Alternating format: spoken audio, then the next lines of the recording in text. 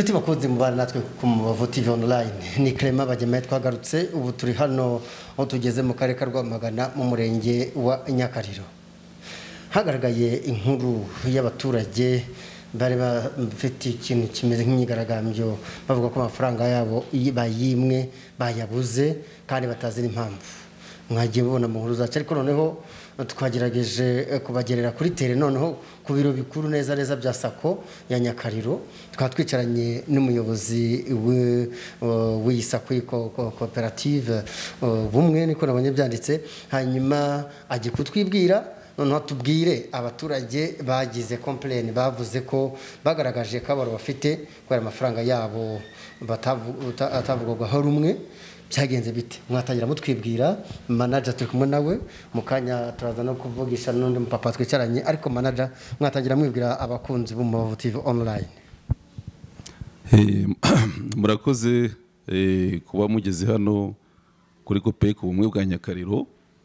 Ubundi izina Copec naryo rikunda gutera abantu ikibazo ariko ni Sako nuko ari mu gifaransa. Copec bivuze coopérative d'épargne de crédit mu cyongereza saving and credit cooperative. Inyito rero ni imwe ni Sako n'umurenge Sako wa Nyakariro. Murakoze rero kuba mugeze hano twari twabonye natwe kuri YouTube channel yanyu amakuru avuga ko Sako ngo yabuze amafaranga yo guha abanyamuryango. Mu by'ukuri ntago Sako yacu yabuze amafaranga yo guha abanyamuryango ahubwo ni ikibazo cyari cyavutse kandi nanone iriya ni branch yacu ni branch ya Rugende. Ndagira ngo mbibutse ko iriya branch yacu ya Rugende ari branch yemewe na BNR ifite full license ya BNR ikora rero mu buryo bwemewe n'amategeko. Aha rero ikibazo cyari cyavutse nta kindi mu by'ukuri amafaranga Sako yacu irafite ndetse menshi cyane iri muri Sako ngira ngo iburasirazuba ziba zifite n'amadepo menshi. Ariko ikibazo cyavutse ubu mu mpera z'umwaka kenshi na kenshi hari amatsinda y'abaturage cyangwa ibyo bita keya mu mpera z'umwaka amafaranga yabo baba baragiye babitsa baba bashaka kuyagabana. Noneho havutse ikibazo rero mu mpera z'icyumweru ku wa gatandatu ubwo abaturage bazaga kubikuza noneho kubera ko ari muri weekend rero haje kubamo ikibazo kuko banki zimwe na zimwe ziba zitarimo gukora. Nka banki twari tugomba kujya kubikuzamo amafaranga kugira ngo tubashe guseriva abanyamuryango ya BK branch dukorana nayo ntabwo ari yakoze ku wa gatandatu. Abaturage rero bari bahawe rendezvous ko ku wa mbere bazaza tukabaha amafaranga yabo kuko ndagira ngo nongere nsena n'uwibutsa neza buriya hari ibintu abantu batamenya. Buriya systeme bancaire cyangwa ukudukora mu buryo bw'imari hari ukuntu amategeko bayubakitse. Nubwo wabitsa amafaranga hano muri Sako ariko ntago miliyoni 500 cyangwa zinarenga twazibika muri iyi nzu twicayemo. Ngira ngo hari igipimo cy'amafaranga tuba tutagomba kurenza hano uretse ko wenda ntababwira umubare hanyuma ari amafaranga arengaho tuba tugomba kuyabitsa muri banki commerciale. Aho rero iyo abantu baje kubikuza amafaranga arenze yandi dufite hano mu nzu yacu hano biba ngombwa ko natwe tujya kubikuza kuri banki commerciale kugira ngo tuze noneho dusatisfeze ibyifuzo by'abanyamuryango. Ikibazo rero cyari cyabaye nkuko nakubwiraga hari muri weekend ku wa gatandatu ntago mugabanyamuryango bitsinda bagiye kubikuza amafaranga babaha rendezvous ku wa mbere. Ku wa mbere rero natwe twagiye kubikuza amafaranga nkuko bisanzwe kuri banki dukorana nayo kugira ngo tuze duserive abanyamuryango. Hanyuma dusanga nabo mu itangira ry'icyumweru nabo hari igihe bagomba gutanga oda nabo i Kigali bakabagemurira amafaranga dusanga nabo batayafite. Haba ikibazo rero cyo kubwira abanyamuryango ko amafaranga ntayahari nubwo twe twabahaye rendezvous ariko ko twabahaga undi munsi cyangwa twabwira duti bategereze bakomeza guclaiminga ati amafaranga yacu turayashaka. Nicyo kibazo rero mwasanze cyavutse ntago ari ikibazo cy'amafaranga kuko amafaranga turafite menshi rwose ahagije. N'ikimenyimenyi uriya munsi wagiye kwira byakemutse, ikibazo cy'abaturage cyakemutse kuko byageze ku mugoroba beka bayabonye baraduhamagara tujya kuyazana turabaseriva. Ubu manager wa Sako ubumwe Nyakariro n'ubumwe bwa Nyakariro, abaturage bo bagaragazaga impungenge y'uko amafaranga yabo bayabitsa ku neza, kuyakwetira bakazamo kutanabwa hakeya, kutabumva ndetse no gusa no kubateza icyugazi ugasabona bakagaragaza nk'aho badafite uburenganzira kuri yo. Icyo gihe byatewe n'iki nabyo? Ofete ntago navuga ko harimo kutaba hakeya mu kuyabikuza, kuko abanyamuryango dusanzwe dukorana neza, amafaranga tuba tubitse n'ayabo, baba bayafiteho uburenganzira isaha ku isaha, igihe cyose bayabikuriza, uretse ako kabazo kajemo gusa, uretse nanone ko bari bafite uburakari bavuga bati bagiye kujya muri za konji, wenda niba batayaduhaye umunsi biritura muri konji tutarya Noheli cyangwa n'iki, ariko mu by'ukuri keya turayibaha n'ibisanzwe rwose, nta abanyamuryango bacu tubafata neza cyane. Ubwo rero iyo umuntu yarangije gusa nkaho mu mutwe we abona ko ibintu bitarimo kugenda neza cyangwa ibyo yifuza atarabibona, bituma ashobora kuvuga ati ntabwo barimo kumpa keya. Ariko keya turayitanga, ngira ngo mwabibonye abo muhasanze ubu ngubu n'abantu bicaye neza, turimo guha serivisi uko bisanzwe, nta kibazo rwose gihari, keya turayibaha. Ubwo nuko wenda wumvaga byanze bikunze nibatabona amafaranga wenda ariko turaba tutabahaye keya.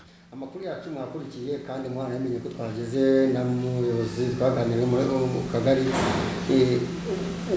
mwabonye se icyo abaturage bari bavuze kitari cyo kuri ikihe kuri mu by'ukuri abaturage icyo bari bavuze ni uburenganzira bwabo, ni amafaranga yabo bashakaga kandi natwe turemera ko twari tuyafite.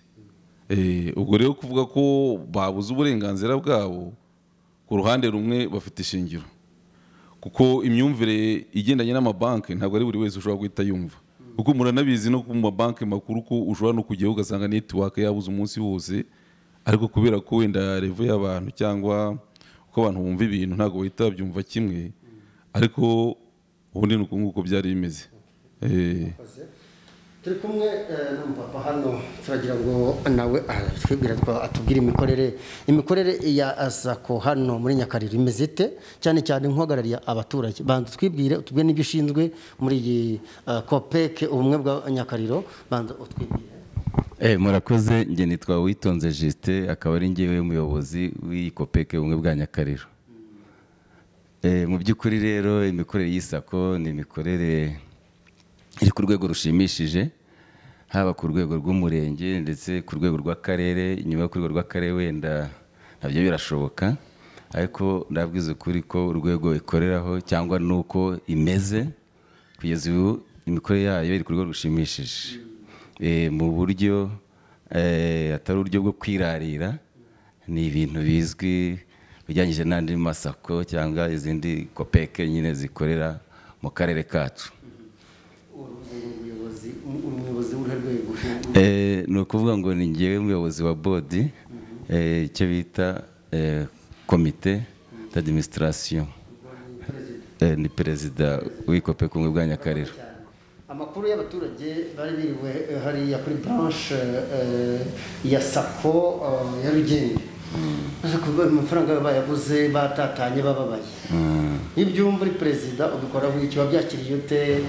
Wabonye wowe wabyakiriye gute muri make cyangwa mwabikemura gute? Okay, murakoze cyane. Nge uburyo bari abaturage bitwaye gusa ntabwo navuga ko donc bari bafite ishingiro, kubera ko ubundi nibe hari amafaranga uzanye muri banki, igihe yashakira ugomba kuza ukayahabwa. Inzitizi zari zabayemo zaturutse ku ngeri zinyuranye, cyangwa se ntabwo ari ikibazo cyari cyaba giturutse ku muntu umwe ku giti cye, ntabwo ari uburangare bw'abayobozi ba Copec ubumwe bwa Nyakariro, ntabwo ari uburangare bw'abakozi, ahubwo nk'uko manager amaze kubibasobanura neza, ndanamenyesha ko buriya bijya kuba twaje kubimenya ko bari kugaragaza kutishimira serivisi ku byo bashaka bayibuze. Twebwe icyo gihe turimo tunabikurikirana, twagiye no kubashakira amafaranga ariko tutari twayabona. nibyo warumbajije uti nk'abayobozi mukora iki cyangwa se mwabyitwayemo mute, kuko n'ubundi twe tuzi ko amafaranga dufite ari make atarasavinga abaturage abanyamuryango bacu kugira ngo tubakemure ibibazo dukurikije amademande twari dufite yabo, kuko amafaranga bari bakeneye yari menshi, twe tubizi amafaranga abanyuranye bitewe n'ibibina, ariko mu mafaranga twari dufite liquide cash ntabwo yagombaga kurangiza icyo kibazo kuri uwo munsi. Icyo twakoze rero twagomba gukomeza gushakisha amafaranga muri banki natwe tubitsamo nk'uko murajya amaze kubasobanura ya beka. Icyo gihe rero amafaranga yaratanzwe bigeraho ashira kujya kuzana andi atari yaboneka, ari nacyo cyabaye igisubizo. Buza kwira amafaranga yabonetse turaza dukemura cya kibazo. Ari niyo mpamvu mwahagize ntimutubone nk'abayobozi, twari twagiye gushaka amafaranga murinda mutatumaze kuyabona. Oya, ejo twebwe muhagira twahagize tuzanye amafaranga ku mugoroba kuva saa 10:30 kuri saa 11 nari muri banki ya beka. Ariko nibura twageze aho dukora ibishoboka byose ikibazo turagikemura mu buryo busanzwe. Imikorere n'imikoranire n'abaturage nta kibazo cyajyanye natwe, biriya byaradutunga ko urumva ko bitaduturutseho. Bageze ku bihumbi 9.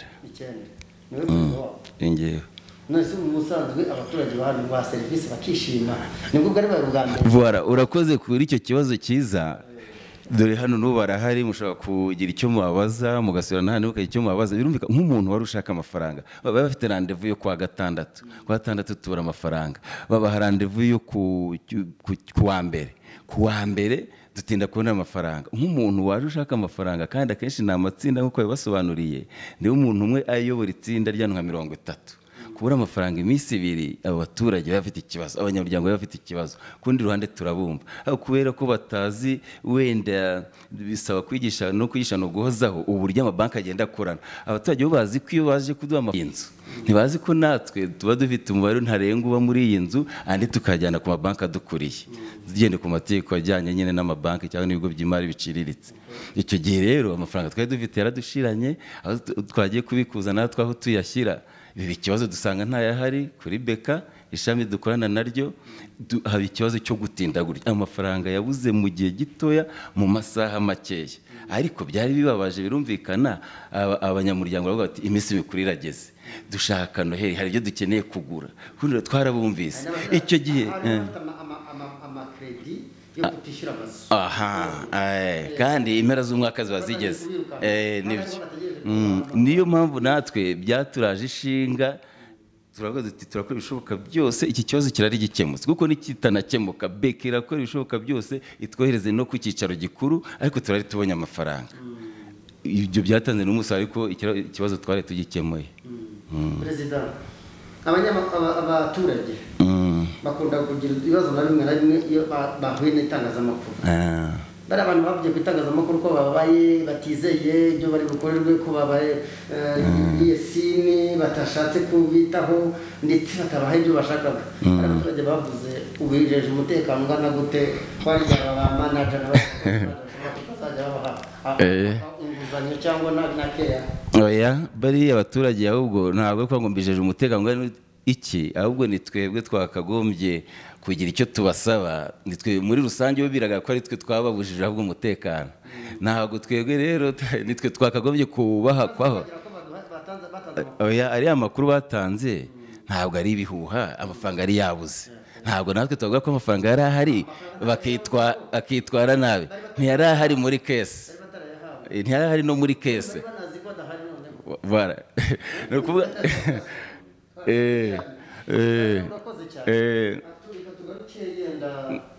Kaya tuzakomeza tuyibahe neza, kuko n'undi dusanga dukorana neza. Ikibazo cyari cyabaye ni ikibazo cyabatunguye, ariko natwe cyaradutunguye.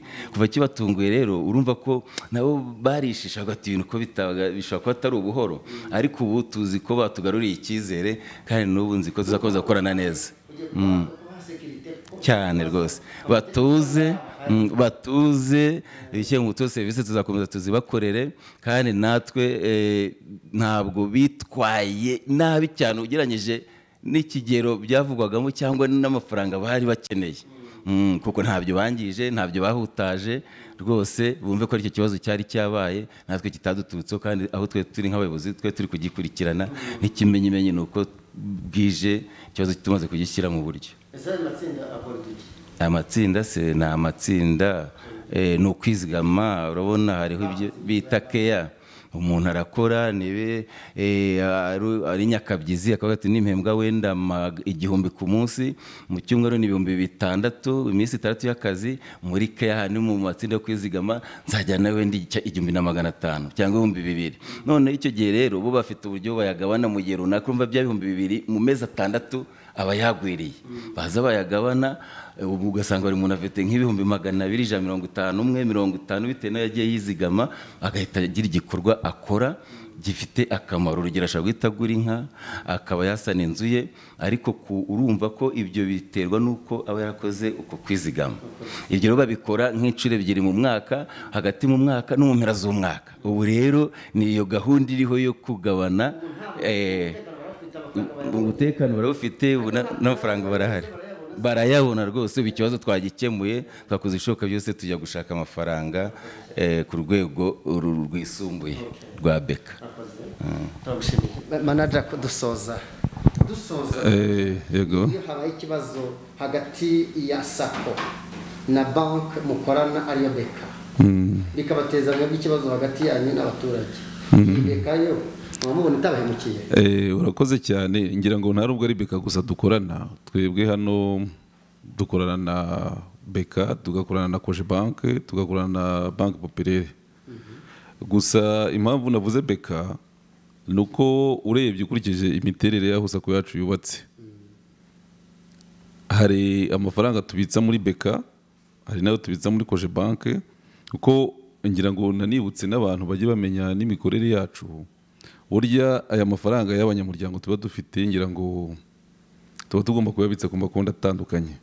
Hari amakonti yunguka tubitsamo aya mafaranga yabo bakatwungukira, banki yungukira umuturage, beka yungukira twebwe amafaranga tugiye kubitsamo, cyangwa se Koje banke cyangwa se gutyo. Iyo nyungu ndaza kubigarukaho wenda. Urabona icyo amabanki akora ni ugucuruza amafaranga nyine. Nimba amafaranga rero ahari, ntago wayicarana utarimo kuyacuruza. Amafaranga dufite tuyaguriza abanyamuryango bafite imishinga itandukanye bashaka kwiteza imbere, andi batagujije tuyabitsa mu buryo bubiri. Dushaka kuyashyira kuri izo konti zitwungukira nka sako, andi akaba ari kuri konti zisanzwe ariyo yayo twitabaza nyine igihe hano yabaye makeya tukajya kuyabikuza. Aha rero amafaranga dukunda kwitabaza cyane dukunda kuyabitsa muri beka, kuko niyo iri hafi yacu ukurikije imiterere yaho sako yacu iri. Naho muri Koje banke naho dukunda kubitsamo ayo mafaranga batwungukira, kuko nato interest rate y'amafaranga batwungukira ziratandukanye mu makomasho bank. Naho hazamo ubushishozi bwo guhitamo banki ishobora kuba yakungukira amafaranga menshi. Aho rero twebwe iyo bigenze gutyo, twe nk'aba banki cyangwa abantu bakora mu bintu by'amafaranga, nta nubwo tubifata nk'igikuba cyacitse, kuko ni ibintu bisanzwe. Urabona izi systeme bancaire muri aya mabanki komerisiyari bashobora no kugira n'ibibazo bya network, ikaba yabura umunsi wose, icyo gihe nta serivisi batanga, sibyo? Nanone nabo bashobora kugira wenda ikibazo cya urgence, kuko bino bintu bya keya biri hose mu gihugu, mu mabranche yose wenda yabo, bakaba barimo kugenda babikuza, wenda hakabaho n'ikibazo cyo kubona wenda n'uburyo iriya banki bayifinansa amafaranga, bayizanira amafaranga kugira ngo nayo ikemure ikibazo cyayifite. Twebwe ku rwego rwacu turabyumva, kuko ntago bisanzwe bibaho ubundi. Ntago amafaranga aringaniye miliyoni 10, miliyoni 20 aba ari amafaranga igihe dushakiye icyo ari cyo cyose tugenda tukazana.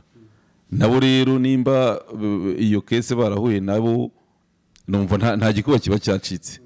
Sinavuga ko amafaranga igihugu cyayabuze cyangwa beka yabuze, ahubwo rimwe na rimwe habaye mu buryo nk'ubwo. Ureba nk'ubu urugero wenda kugira ngo byumve neza, na n'ubu ntago bari babasha kuba basatisfeza neza icyo kibazo, ku buryo twebwe ubwacu tuvugana twiviriye kuri siège biga kujya kuzana amafaranga. Ngira ngo nakweretse mu kanya ordre de mission ko tuvuye kuri siège kuyazana, kuko n'ubundi bo bakomeje niyo twari tugiye kuzana amafaranga kuko n'ubundi ibibina biracyabikuza amafaranga. Urabona hano forisibuzi mu kanya nibwo tuvuyeyo. Bigaragara rero ko nabo badusobanuriye badusaba imbabazi ko uburyo bwo kudispatchinga ku ma branch yabo hirya no hino birimo kubagora, twe tukaba dusa nkaho turi kure, ariko kubera abaturage bacu tutakomeza kubabwira ngo ejo cyangwa ryari, twafashe decision yo guhaguruka twebwe tukigira kuri siège, ariko nanone beka branch ya twabitsagaho nawe yabidufashijemo, nta munota twatinze iyo badukoreye byihuta.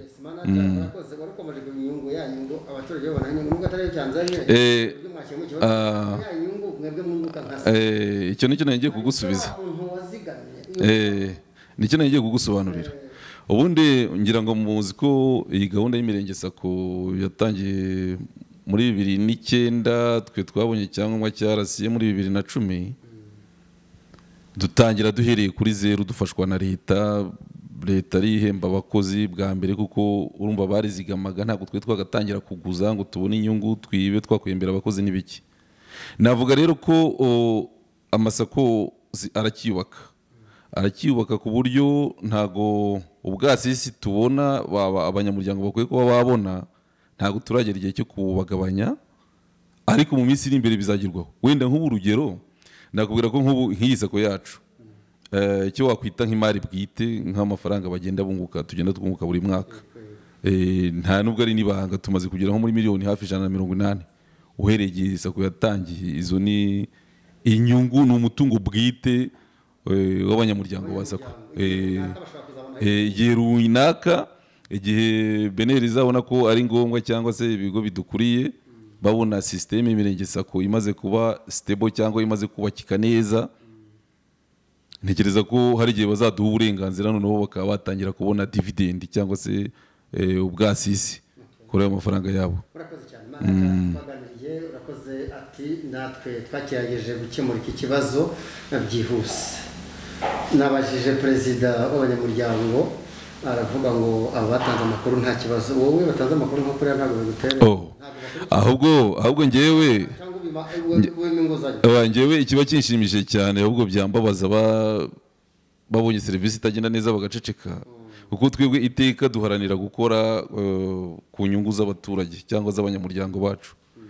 Twe rero tubifatamo ibintu byiza cyane, kuko iyo bakomplaininze kuriya dushobora kubona duti wenda umwaka utaha mu mpera z'umwaka dufite uko tuzajya twitegura, wenda ku buryo twavuga duti dushobora amafaranga tuyabure muri commercial bank imwe twayakura mu yindi, ariko ikibazo ntikibeho.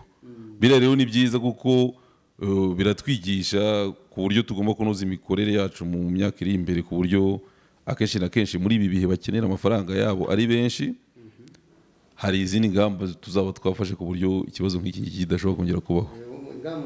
Twarangije kuzifata kuko twarangije kubona ko buriya ngo utaribwerega ntamenya kurinda.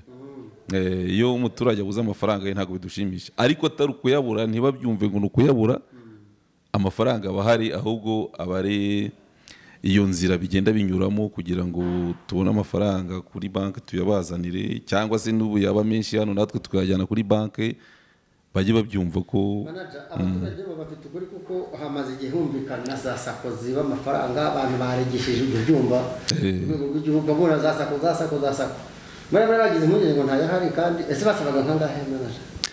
Ejo twari dufite demande igeze kuri miliyoni 20, twagombaga guseriva miliyoni 20 ejo, hanyuma tugeze aho twagombaga kujya kuyazana ayandi nyine kugira ngo tubaserive nyine baduha amafaranga makeya cyane, atashobora kuba yari kusatisfeza izo demande zabo, ariko nabo ari kubera ibyo bibazo bagize hejuru mu masysteme yabo. Umuryango wo kugira igihunga wenda bitaba nka za sako za hahandi bakaba bayaturiye rwose 100%, ahubwo birenze amba, kuko twebwe amafaranga yabo tuyabitse neza kandi tuyakoresha neza.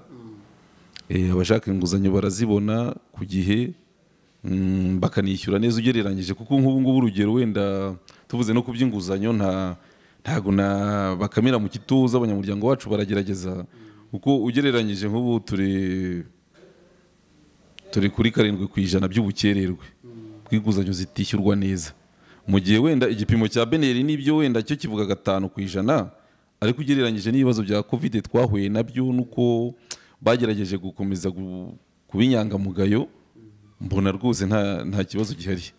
Amafaranga yabo arahari 100%, burya amafaranga yabura wenda mu nguzanyo atangwa nabi ntagaruke, ariko ubwo bukerwe bubereka ko n'amafaranga yabo nayo tuguriza n'ubundi anagaruka kandi akanabungukira. muri make umutekano w'amafaranga y'abaturage hano muri COPEC ubumwe bwa Nyakariro ariyo sako ni amahoro. Ni amahoro 100%, nta gikuba cyacitse, nta gihunga, nta muntu rwose ugomba kwikanga ngo amafaranga ye n'iki, amafaranga arahari rwose. Reka rero dushimire manager wa COPEC ubumwe bwa Nyakariro ariyo sako hano Nyakariro, atubwiye version yuko bimeze uko abaturage bavuze, ndetse abaturage ko nta kibazo banagira kuko bavuze biriho. Dushimire perezida mwakoze cyane kuganira natwe. Mwakoze manager kuganira n'Umubavu TV online. Yego Umubavu namwe turabashimiye, kandi ntekereza ko namwe umusanzu wanyu bukomeye, kuko nimba ntekereza ko niba ikibazo nk'iki mukivuze gutya, ntekereza ko wenda n'abandi bashobora kuba bahura nacyo nabo bahita babona ingamba bagomba kuba bafata.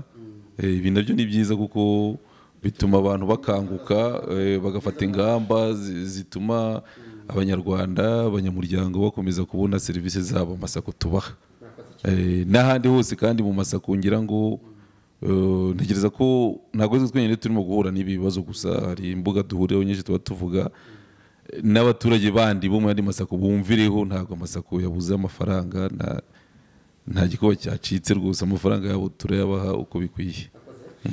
Bashimire nanjye ni Clement Bagemahe mu TV online hano kuri chat muri office ya manager hano muri COPEC ubumwe bwa Nyakariro.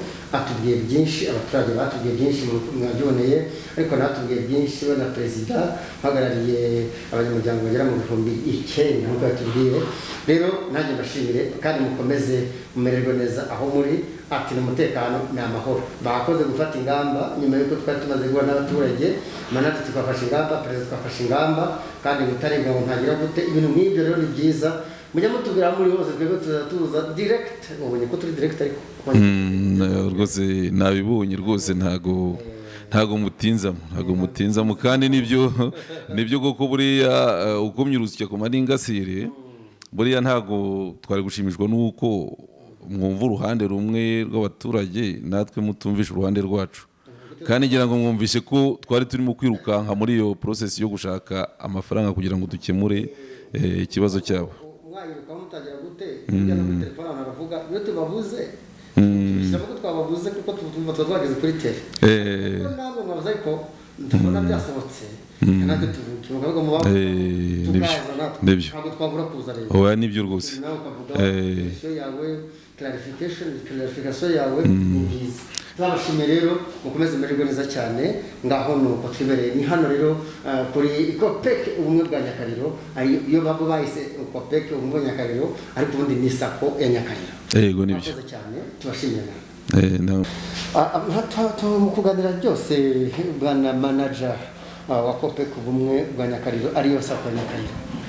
Hari abantu twageze twabonye hari inyubako imeze ukuntu twinjiyemo kabona nyine numvise uvuga ngo ifite ibyangombwa byinshi, ari umuntu uvuga ngo abantu bafite ibyangombwa bimeze nk'iby'indege, ahubwo ngo numvise mufitemo n'ibyangombwa ngo bya beneri. Ese hari ahantu hameze kuri ubatse kuri ya mwarahaguze siko nabonye hatameze neza, umugani wa ntabika n'ibicumbi 5 hari nkateganyiriza iki ameze gute? Murakoze cyane kutubaza nanone icyo kibazo. Ngira ngo nyine nkuko twababwiye iriya ni branche yacu, ariko ifite ibyangombwa byose byemewe nkuko bivuga nk'iby'indege byo nibyo, kuko ngira ngo na sako zifite ibyangombwa bya branche ngira ngo ni nkeya. Ni ibyangombwa twabonye bitugoye, ariko kubera ubusobanuro bwabyo bw'iriya branche beneri yaremeye iduha iriya branche. Hariya rero uravuze uti inyubako byo nibyo hariya dukorera turakodesha, ariko nuko mutarebye neza hepfo gatoya twaguze ikibanza rwose cyiza kibereye kuba cyakubakwamo inzu muri ya centre ngira ngo no muri action plan cyangwa mu byo duteganya gukora muri 2021 turateganya n'ubundi kuzongera kubaka beneri uburenganzira bwo kubaka branche nziza, ari nabyo bizakomeza no guha icyizere abanyamuryango ko amafaranga yabo ahari, ndetse ko burya ibintu bigaragarira mu bikorwa. Ubu rero twabishyize mu ngengo y'imari y'umwaka utaha 2021, turateganya kuhubaka na branche nziza rwose tukava muri Bukode kuko ubushobozi bwo burahari.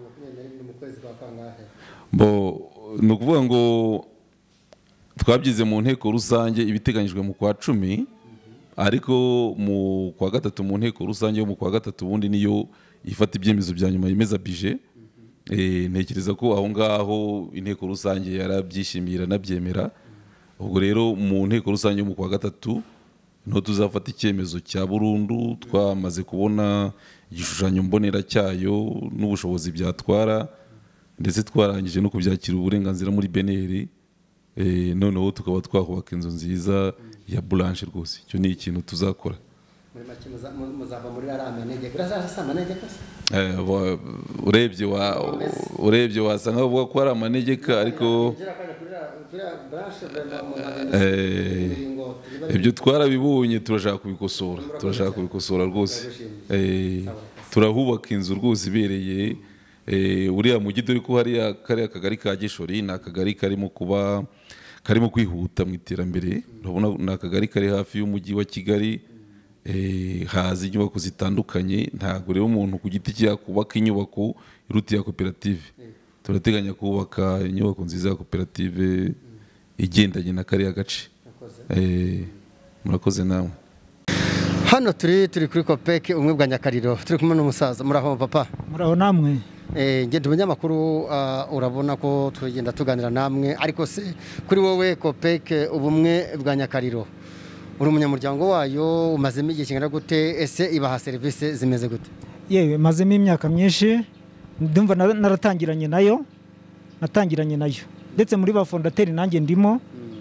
Rwose iyi Kopeke yacu ubumwe bwa Nyakariro dufitiye akamaro cyane cyane. Urabona kera twajyaga tubitsa amafaranga mu ntuza tuyabika mu rugo, ariko ubu ntago tukiyabika mu rugo.